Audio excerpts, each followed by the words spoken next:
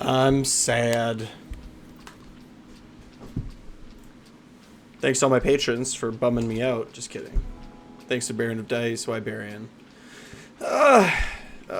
Man, not great. So I did a poll in my Discord just the other day, or yesterday, I guess, maybe the day before. It was, how are you feeling about Iron Jaws, and how are you feeling about Kruleboyz after this new poll, or after this new update, this leak, the Honest Wargamers video. You should go check it out. And just to see what how people are feeling. So for Kruleboyz, 8%, 4 votes said good, 20 votes, 40% said bad, and 27 votes, 53% said I would rather play Big Waaagh. So that is 4 positive responses, and 47 negative responses. So not feeling great. Community's not feeling great. And then how are you feeling about Iron Jaws? 9 people, 19% responded with good, so better than Kruleboyz. 15 voters, 31% responded bad, and 24 voters, 50% said I'd rather play Big Waaagh. So it looks like roughly half of all the Iron Jaws and Kruleboyz players polled are going to be swapping over to Big Waaagh, myself included, unless there's some slight changes, but we shall see. We'll talk about that here in a sec. Okay, so what's all the hubbub about? Like, why am I so sad here? Well, to be honest with you, it's really quite a very simple change, is that the sneak has been changed from the movement phase into your hero phase. Not the hero phase, but your hero phase. So at first, you know, it's like, well, okay, like whatever, like it's just moved, but it has significant implications. So the first one is that you can't actually sneak and use venom encrusted weapons. You can't do both, because if you actually look at the dirty trick rule, and I know that this is the existing documents, but this is also true in the new ones as well, but it says that your army can use 1 dirty trick ability per phase. It's not 1 trick, not each trick once per phase, it's 1 per phase. So if you're in your hero phase, you can either use venom encrusted weapons, or you can use sneak, but not both. So if you're playing light finger and you're trying to sneak twice, you're either not using your subfaction ability, or you're doing it twice, right? Before, you know, I can hear voices in my head already. It's important to note now that there are some sort of positive things that have just happened in the Kruleboyz army too, right? So one of them is that our tower now gives us +1 on dirty tricks, this new faction terrain piece. So, you know, that's cool. It makes the dirty tricks a lot more reliable, obviously, getting 1 that's guaranteed. So people have said, like, oh, well, maybe with a guaranteed sneak, it was just way too oppressive. And to that, I say that it's actually not that bad once you know how to play against Kruleboyz. Like, once you've played against them once or twice and you understand how their teleport mechanics work, it's reasonably easy to zone out teleport spots that, you know, Kruleboyz could get to. If you're playing against someone who knows anything about Kruleboyz or anything about the game of Age of Sigmar, being able to zone you out is not that difficult of a task. And we also did get these new manifestations, and they're cool and they're good, right? Like, I like them. The Foot of Gork is really good. Like, they're all just good. It's a good manifestation where I could see taking it. I'm definitely gonna pick them up and definitely gonna play with them because they look super fun. And isn't that more important than being super good? Like, being reasonably good, which they certainly are, and super fun. Like, I'm a big fan. So these things definitely do improve the army, but this nerf to sneak is insane. I think that if you gave Kruleboyz these new tools, i.e. the faction terrain and the manifestations, that it would make the army like an A-tier army. It would bring it above 50% win rate, I think, but it wouldn't make it like into an S-tier army. It would just become like, on the top end, it would become an A-tier army instead of a B-tier army, right? So the fact that you can't sneak and use venom encrusted weapons is pretty brutal. Because it's your hero phase and not the or any movement phase, you now go down from a potential 4 times to twice, maximum twice. And that's if you're using that your light finger subfaction. Now, with these changes, we might see some different sub-factions being selected and chosen because of how brutally weak this is now, right? Like, why not, like, do we really need 2 sneaks now if they happen in your hero phase? Like, they're significantly weaker, and you might as well try to maybe take something else, especially if the tower is going to give you +1. It's like, is a guaranteed sneak better than a reroll? You know, I don't know. Like, it's tough to say. We'll have to actually play it, but I could see it being very different now. But at minimum, you only get to do it twice now instead of 4 times. So that's pretty significant, right? Don't forget, we are still rolling dice for these things, so they do fail, right? And because it happens in the movement phase, it means that we don't get to sneak after our opponent has moved, right? In our opponent's turn, they get to move everything everywhere, and then it's our turn and we can sneak. And it's a very powerful effect. Like, don't get me wrong, like, I understand. Sneaking after your opponent has moved is a very powerful effect. It means that you get to run up screens and then pull them away. It means that you get to, like, you know, suddenly appear behind your opponent and suppressing fire their backline, let's say. Like, I understand it's very powerful. But remember, if someone knows what they're doing, not even that, like, just some experience against Kruleboyz, they'll be able to zone out those areas relatively easy. So it's not like it's, oh my god, it's so broken, they just teleport everywhere all over the map. It's like, no, they don't. They have to be outside of 9, and they have to be wholly within 3, and only certain units can do it. Like, it's not as powerful, I think, as people make it sound. So it has a lot of implications. You can't even sneak after you move. So you can't, like, retreat a unit out of combat and then sneak them away. You're doing it in the hero phase. Right? It's like you have to, like, so that whole tactic is gone of, like, of retreating and sneaking away. Can't do it anymore. Yeah, it's rough. Like, it's rough. And you still can't, you know, yeah, it's rough. It, like, makes probably our best ability, you know, arguably maybe even the ability that was, like, carrying the army, maybe. Right, because it's that good. It took our best tool away, and it gave us a very, very weak version of it. Can't use venom encrusted weapons. You're using it almost never now, and you're using it in a phase that it's not anywhere near as helpful as it was before. The only positive that I can really see about it is that now you can sneak a Swamp Kala and then cast a manifestation or a spell. Right, you can do that now. You can, like, throw a Foot of Gork at your opponent by sneaking a Swamp Kala halfway up the table, just into a very aggressive position. Or even, let's say, you can sneak a Swamp Kala into a place of power, right? And then from there, now you can start to, you know, use your spells. So it's like a guaranteed Swamp Kala sneak, right? Right off the rip, turn 1, like your turn. You sneak it, you throw out a Foot of Gork. Right? Like, it can be, I think, pretty strong. But to be honest, I think, again, I'm hoping that it's just a typo. I'm hoping it's just a typo. I'm hoping that it's like, oh no, that's supposed to say hero phase. No, everybody, calm down. Calm down, all you Kruleboyz players. Everybody settle down. It's not what you think. Everything's actually okay, and we can all stop breathing into paper bags and settle down a little bit. I really hope that's what it is. Because, hey, like, if sneak goes back to what it was, the rest of the nerfs, fine. I have no problem with any of those. It's totally fine. You know, Sludge Raker's kind of dead to us now. Like, I get it.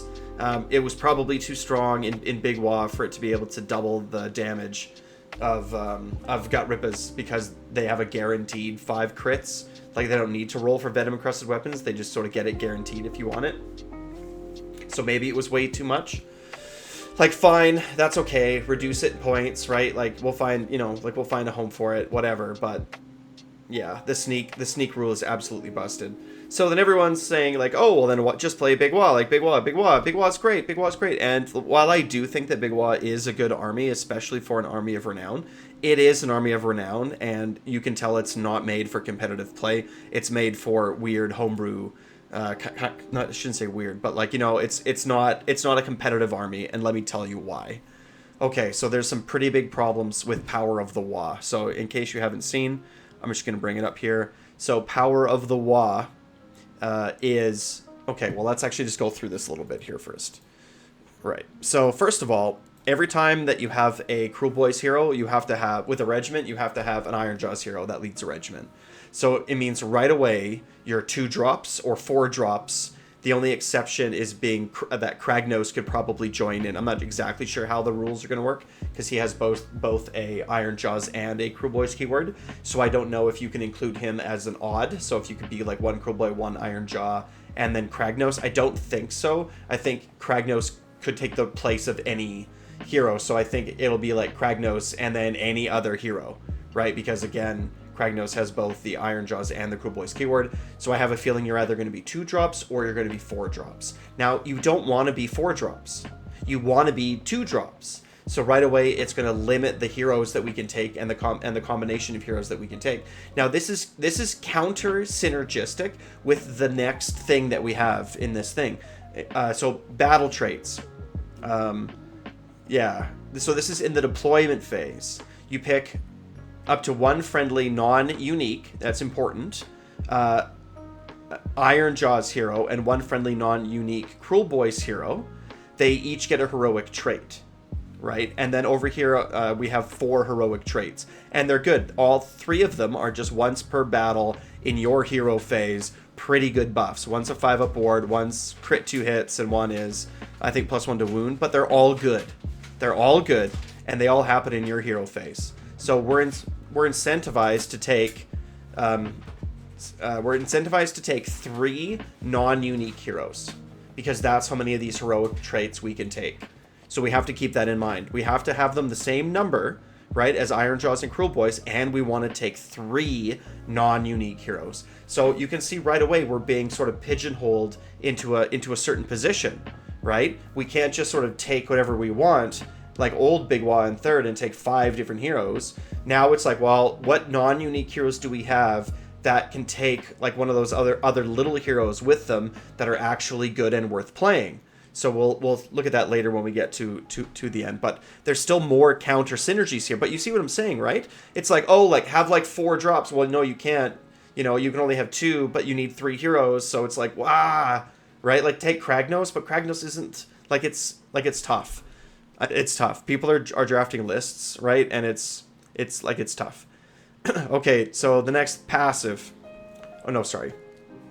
So here's the power of the Waaagh. Here's the ability that I have a problem with itself. It says, so pick 1 friendly Ironjawz and 1 friendly Kruleboyz unit. They get this keyword until the end of the round. Sorry, they get the keyword until the end of the battle round. You pick it in your hero phase, and it's active until the end of the round. So, if you are going first in the round, you pick it right at the beginning of the round, you have it your whole turn, and then you have it your opponent's whole turn until the round ends, and then the buff is gone, where now it's like you're reactivating it again because you're going first again, like let's say hypothetically. If you're going second, it means you don't get it for your opponent's turn. You get it on your turn, and then at the end of the round, it goes away, and you no longer get it on your opponent's turn. So you want to be going first here. But like, that's, since when it's going, that's not good. You want to be, normally you want to be going second. Like, I understand that just recently, you know, they just changed the way that priority works, right? So, or the way that like doubling sees the initiative, right? If a player is behind by 6 or more victory points, they do not suffer any penalty from taking 2 turns in a row. Their opponent is not the underdog for the rest of the battle, and they can use the tactical gambit ability to pick a battle tactic. So double turning somebody is harder, and it's going to happen less, right? So there is some new interactions here, like we'll see who wants to be going first and who wants to be going second now. But regardless of if going first or going second is better, you're certainly going to want to be in the position where you can choose if you're going first or if you're going second. It's always better to choose if you're going first or second rather than... So it's like you want to be 2 drops, but you want to have 3 heroes, 3 non-unique heroes. And then you always want to be, because you want to be going first, I guess, so that all of these really powerful buffs still happen in your opponent's turn. Okay, so Power of the Waaagh affects heroes, and it affects other units differently. So if the unit is a hero and it got one of these Big Waaagh heroic traits, then it gets 2 abilities. It gets this passive ability, right? While a friendly unit has the power of the Waaagh keyword, if it's an Iron Jaws, add 1 to run rolls and charge rolls for that unit. And if it's a Kruleboy, that unit's attacks score critical hits on unmodified hits of 5s. So it's a free Venom Encrusted Weapons. If you're going first and you pick a unit of Gutrippaz, they just crit on 5s and 6s for that whole battle round, until the end of the battle round.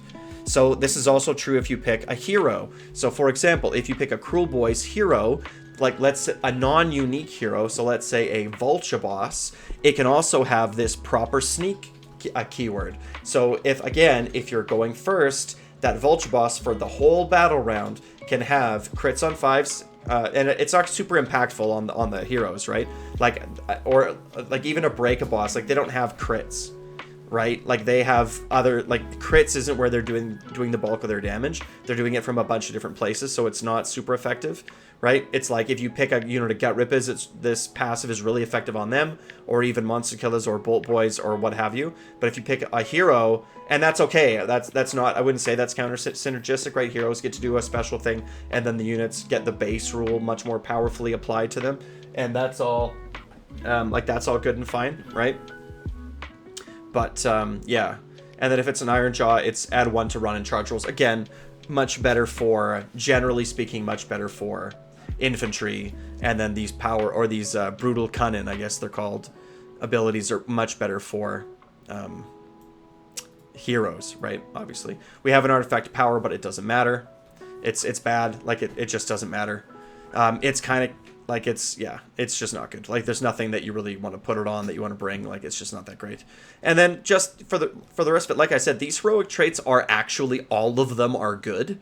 They're all good, right? And you get them without any problem, because again, it's like you get them in your hero phase. But this Rally the War Clans is probably the best rule. It's just recursion. You know, it's in your movement phase. Once per turn, and then you just bring a unit that died back that has 3 or more models, so like no heroes, no monsters, right? You just bring it back at half strength. So it's like you want to play, 20 Ardboys while you're getting 10 back when they die. You want to play 20 Gutrippaz while you're getting 10 back when they die. 20 Hobgrots, you're getting 10 back when they die. So you can sort of plan around this a little bit, where it's, you just have to keep your general alive. There's no die roll. There's no command point. Like, it is really strong. And then the manifestation lore is dumb, because we don't get all 3 of the cool manifestations. We just get the 1. So that's silly and dumb. Not a big fan of that. The spell lore, this spell lore isn't very good. It gives, what is this, control score and 2 to move for Kruleboyz. Like, nah, it's pretty meh.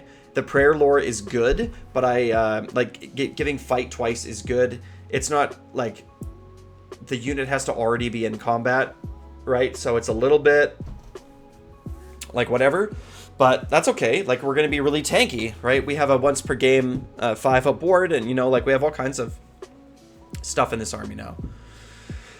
But it's like, you don't get to use the tower. There's weird, and then what heroes do we actually take? So everyone is saying that, we really want to take this new honor guard ability called, Field Sergeant, where you pick, and here, this is another thing with, and then we're going to talk about, how to actually make a list here. So everyone's talking about Field Sergeant. Pick a friendly, non-flying infantry hero, but not leading a regiment. So it has to be one of those, extra little guys that you bring along. Probably an Ardboy boss. It's probably going to be an Ardboy boss. So add 2 to the move characteristic of friendly non-flying infantry units while they're wholly within 12 inches of the honor guard. So this is to add movement speed to Gutrippaz, to Bolt Boys, but really to Brutes and to Ardboys. So everyone is saying this one's going to be amazing for Iron Jaws. I tend to agree. But if we actually want to look at what lists we're taking. So, as previously discussed, we only want to be 2 drops, and we don't want to, and so we need to take a hero that has a Head Stompa in this case, or a Tusk Wrangler. It's got to be one or the other. So we're not taking Gordrak, right? He's not good. A Mega Boss on foot can take a Head Stompa. So a Mega Boss on foot can take any Iron Jaws and can take an Ardboy Big Boss with him. So that's perfect. That's probably what we're going to be taking, right? The Mega Boss can take any Iron Jaw, so we can put anything we want in his thing, and then he's got his little buddy with him, and they're both going to get, they're non-unique, so they're both going to get those special abilities. And that's probably what we're going to be taking. If we keep looking down, Mega Boss on Maw-Krusha, not good. We're probably not taking him. Tusk Boss can't bring another hero with him, so that's not good, right? We need to take a second hero, or we need to do that on the Kruleboyz side, but we'll talk about that in a minute here. So that's it. That's the whole thing. It's like, well, what are we taking? Well, it looks like we're taking a Mega Boss and an Ardboy Big Boss. Cool. Like, there's not really any other decisions. So let's look at Kruleboyz.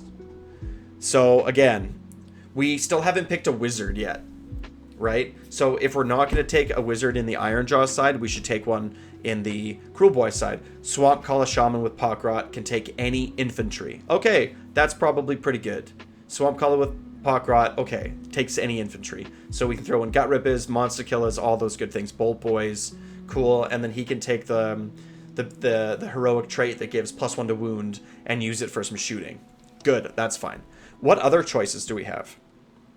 Well, if we're going to take a wizard in Iron Jaws, right? Or if we're going to take a priest in Iron Jaws and we want to be 2 drops and we want to have 3 non-unique heroes, see what's happening? Then in the Kruleboyz, then we need to take a unit that can take a second hero with him that's non-unique.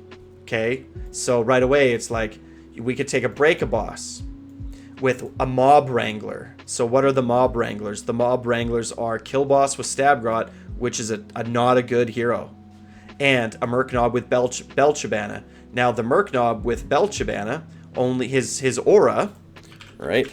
Merknob with Belchabana only affects friendly Kruleboyz. It doesn't affect, so it's not a word that you can give out to anything else. It only affects Kruleboyz. So it doesn't matter in Big Waaagh. It might be good in Kruleboyz because you can stick them up inside the little tower, right? That's something people have been talking about. But yeah, it's not going to be good in Kruleboyz. So that's a non-starter.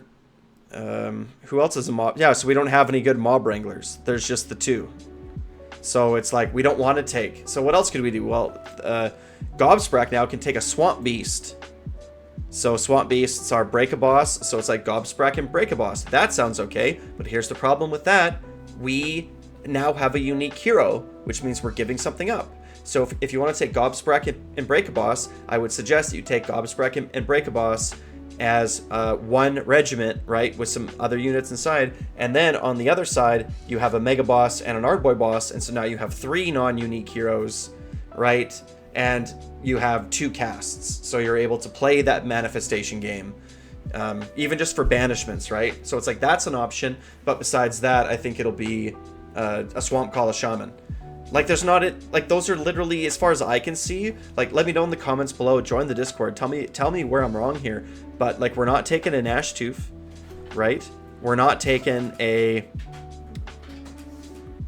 Sludge Raker. Sludge Rakers aren't good anymore, right? We're not taking Swamp Boss Scumdrek, right? Like, what are we taking? We're taking a Mega Boss, an Ardboy Boss, and a Swamp Kala Shaman.